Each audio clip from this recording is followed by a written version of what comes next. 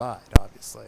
No, But there is a science behind it, or it couldn't be replicated and it couldn't be left behind. So when I made the claim earlier that I leave a methodology, a big game hunting or key account acquisition methodology behind, it means that I've been able to not only extract that knowledge from my own brain, but to teach others and then put it into a frame of reference. So, for example, you asked a very important question, which is how do you find who those influencers are in an informal structure inside of a company? Because yes, you know who may be the check signer because they're the head of the line of business. But what you don't know is who those informal influencers in and around that decision will be. So here's how we find them. Here's how I've discovered you can find them. This is gold. It's a two-step process, and it very much follows the new politesse, I call it, inside of business, which is permission-based.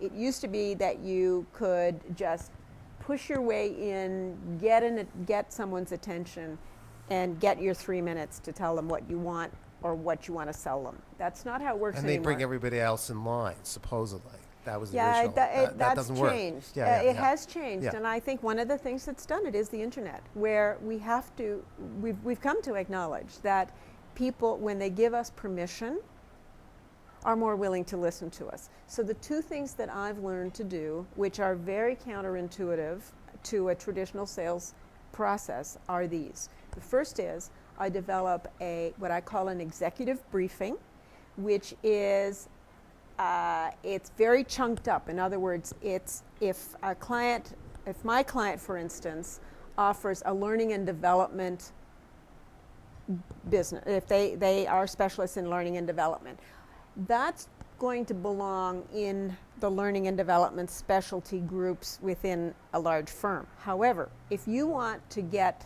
away from that level of the organization and go to the top, you have to design something that's very chunked up. In other words, how will learning and development relate to creating shareholder value? How will it relate to your capital requirements, for example?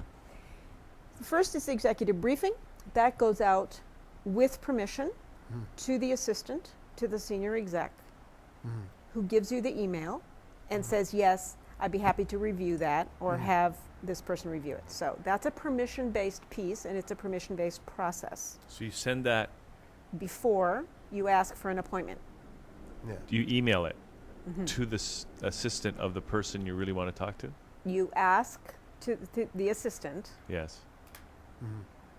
will they give you permission to email an executive briefing, and that you want, if we're relevant, to arrange time for a conversation. And then you email that to the once assistant. you get the permission from the assistant, then you email the executive briefing Assistant. to the assistant. That's right. And then they will review it and or forward it to the... To the executive. Yes. Yes. All right. So that's a bit, traditional sales process would say, don't bother wasting your time with the assistant. What we understand is that the assistant, if we think of them as a gatekeeper, and some do. They're a problem to be overcome, right? Rather than a Yes, help in the process. that's right.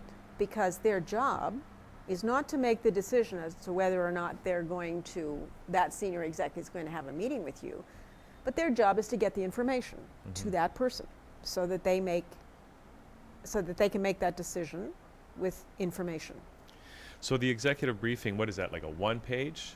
You want to keep it short, right? It's an email that is a couple bullets around the message of the benefits to that level of the organization. Which you're imagining, because you don't really know what their real issues are. You would expect to have done a lot of research. Okay. So the science is understanding the industry and the big industry trends. And that's what you have. Yes. You help to give them a process through which they can get that I level of create it. understanding, right? In many cases, I am retained to create it.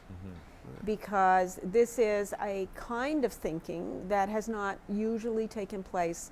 Even the business owner who's a subject matter expert will tend to tell the story in a sales environment, will tend to tell the story in terms of the features and benefits of that service. They are less prepared to tell the story to the benefits, which are different at a different level in the organization.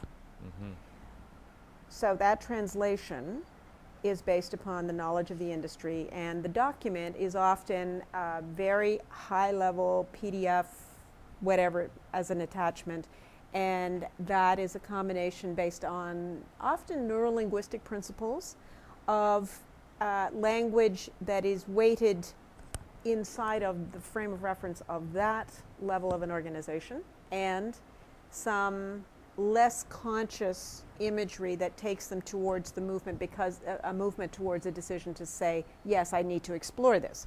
So what you build into it is, what are the usual objections that you'd hear? So you head them off.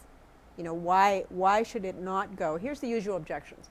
Why does it not belong down at another area in my organization, in some area of administrations or operation?